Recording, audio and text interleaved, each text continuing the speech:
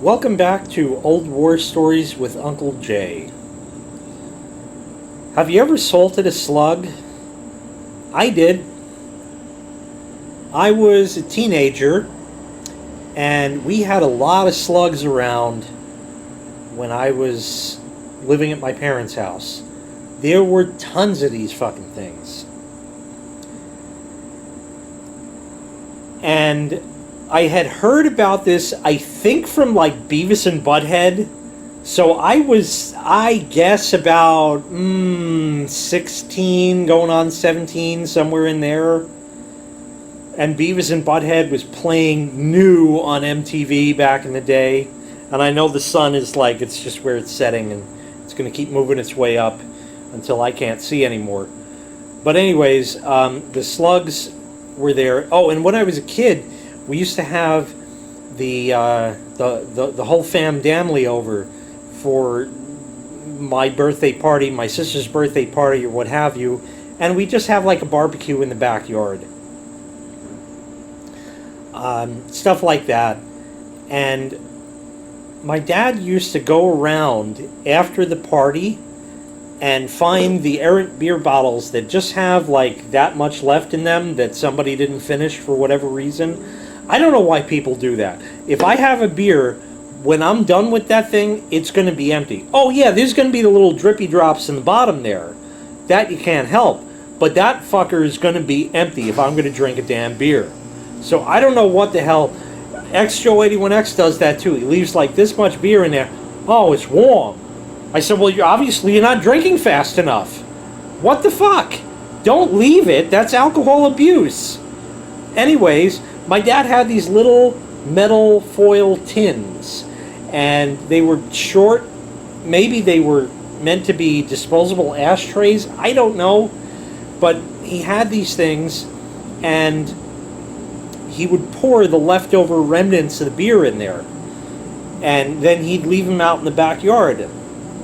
And I said, what are you doing? And he says, I'm catching slugs. Oh? Yeah, the slugs smell the beer, they go in there, they get drunk, and they don't get out. And then he would dispose of them, probably over the neighbor's fence. Anyway, whatever he did with them, I don't know, but anyhow, he did that. And then, like I said, Beavis and Butthead, and I was like, oh, salting slugs, eh? Yeah, maybe we'll have to try that. So I did one once. I saw one. I said, gonna get the salt. And yep, it went.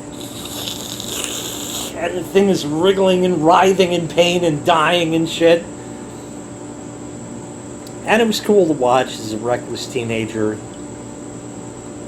Alright.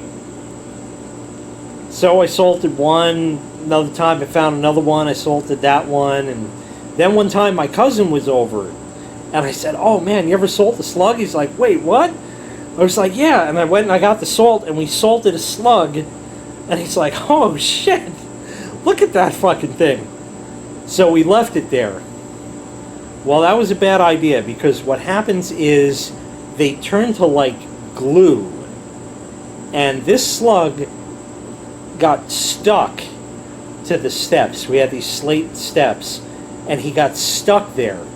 And I had to get like a stick and like with force I had to scrape this thing off, and it left a mark there that eventually wore away, and that was that. But yeah, then I learned that if I'm going to salt a slug, just put a napkin and get them on there with a stick or something, or a little piece of paper or something, and get the slug on there first, then salt him, and then you can just pick the whole thing up. He's stuck to the paper, and throw it out. Hey, that worked. So fast forward. Okay, now this is, I have my old Chevy, so we're talking 1999, 2000, 2001, 2002. Somewhere in that neck of the woods, I don't know.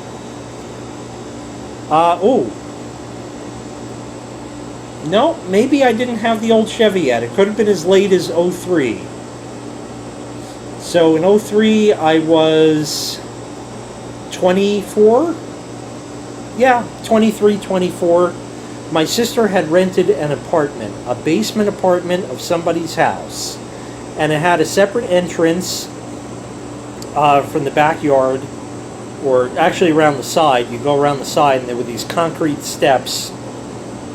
And you'd go down 5, 6, 7 steps and there was the door, and that was her apartment in the basement of somebody's house. Okay. So she had me over for whatever it was, and had me over again for whatever it was.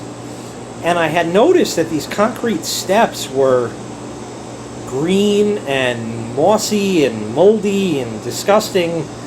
And I said, hey, I got a power washer. You want to power wash it? And she said, maybe? I said, well, I got it. I just got to bring it over. Just make sure it's okay with the landlord. And the landlord's like, yeah, hey, you're going to do the work? That's fine.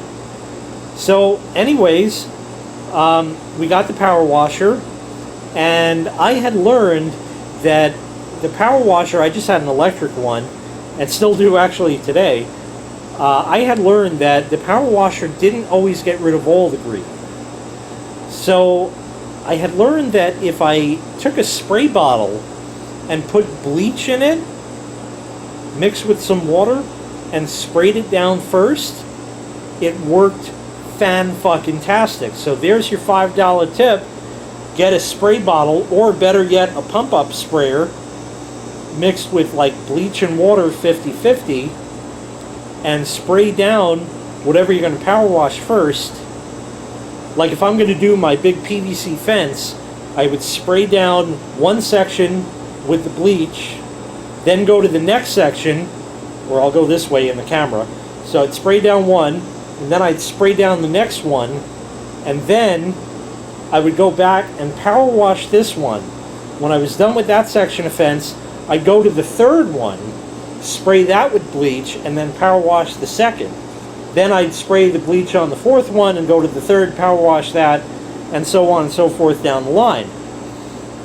And the sun is just about in my eyes now, so I got to wrap this one up. But there was a slug, and I said, ooh, let's bleach him. So it wasn't the same as salting it. It was, I think, a lot less humane bleaching the thing, and that's a little better. And it was a little better doing that, salting them, than bleaching it. But I bleached the slug, and it turned like into a rock. It was like hard, like I got a stick, and it wouldn't budge, it wouldn't move. It was like a piece of rock. It was really something. So anyway, just stupid shit I did as a teenager. Thank you very much for watching this installment of Old War Stories with Uncle Jay. Thank you very much for watching. Make sure you click like, make sure you click subscribe, and take care. We'll see you next time. Bye-bye.